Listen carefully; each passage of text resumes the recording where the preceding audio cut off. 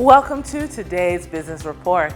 I'm Denise Williams here to bring you the stories shaping the financial world and guiding your journey to smarter business decisions. Let's dive in to the top headlines. The World Bank 40-year research says that 400,000 skilled Jamaicans have migrated. The World Bank says the number of skilled Jamaicans who have migrated jumped from 91,700 in 1980 to 400,000 in 2010. The bank noted that teachers, nurses, and doctors accounted for the bulk of those leaving, while adding that there were 5,800 teachers with J-1 visas in the USA during the year 2022 compared to 2,800 in 2017.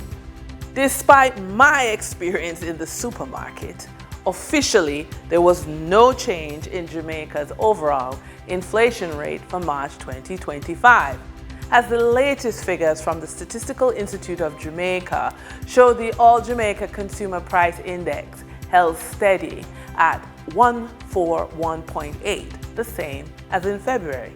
This was influenced by stability in prices for March, as mixed movements across key sectors balanced each other out. The index for housing, water, electricity, gas, and other fuels jumped by 2.4%, driven mainly by higher electricity bills and increased rent rates. But this was offset by a 1% drop in food and non-alcoholic beverages, due in large part to a sharp 4.9% fall in vegetable prices, including items such as cooking bananas and tubers. The transport category also helped ease the overall index, dipping by 0.2% due to lower petrol prices. Companies listed on the Jamaica Stock Exchange have released financial results. Margaritaville Turks Limited unaudited financials for the 9 months ended February 28, 2025, reports an 89% increase in 9 months net profit. Innovative Energy Group Limited unaudited financials for the 9 months ended February 28, 2025, reports 9 months net profit of $112.03 million. One-on-One Educational Services Limited unaudited financials for the 6 months ended February 28, 2025, reports 6 months net profit of $18.39 million. Express Catering Limited unaudited financials for the 9 months ended February 28, 2025, reports 9 months net profit of US $3.22 million. For the trading period ending April 15, 2025, these were the most actively traded stocks. Toll road operator Trans-Jamaica Highway Limited Jamaican dollar shares with 6,419,996 units traded, representing 33.17% of market sales volume. Alternative energy provider Wigton Energy Limited with 3,663,046 units traded, representing 18.93% of market sales volume. Toll road operator Trans-Jamaica Highway Limited US dollar shares with 2,015,743 units traded, representing 10.41% of market sales volume.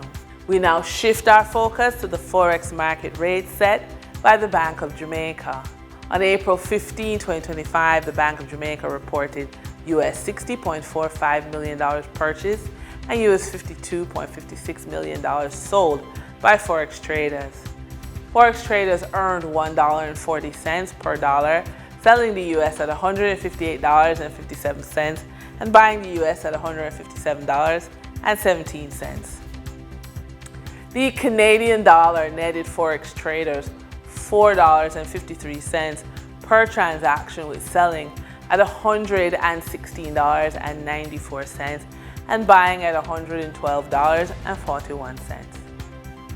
The British pound yielded Forex traders $1.36 in profit, with selling at $209.18 and buying at $207.00.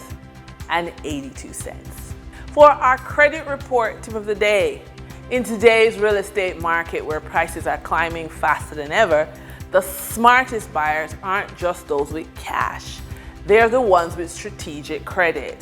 A strong credit score gives you more leverage, better loan terms, and the ability to compete with confidence even when the market feels out of reach. So here are a few suggestions to help. Request credit limit increases. Increasing your available credit without increasing spending can reduce your utilization ratio. Another option, keep old accounts open. The length of your credit history is key. Old cards show stability and boost your score. Now, if you're building something from nothing, which is going from financial challenges to financial recovery, there's a moment in everyone's financial journey when you realize that being everything to everyone has left you depleted emotionally and economically. For women over the age of 45, this realization can feel especially heavy.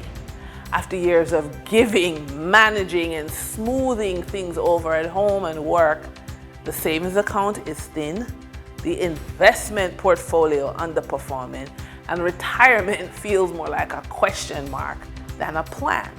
But here's the truth.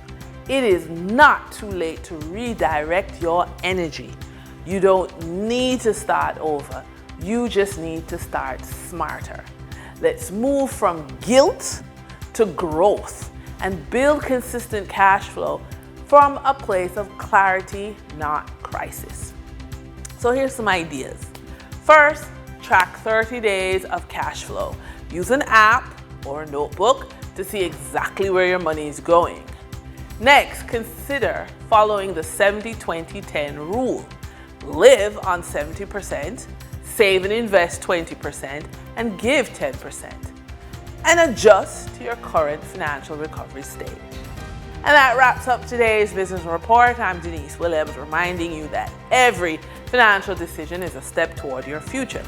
Until next time, stay focused, stay informed, and keep striving for success. See you soon.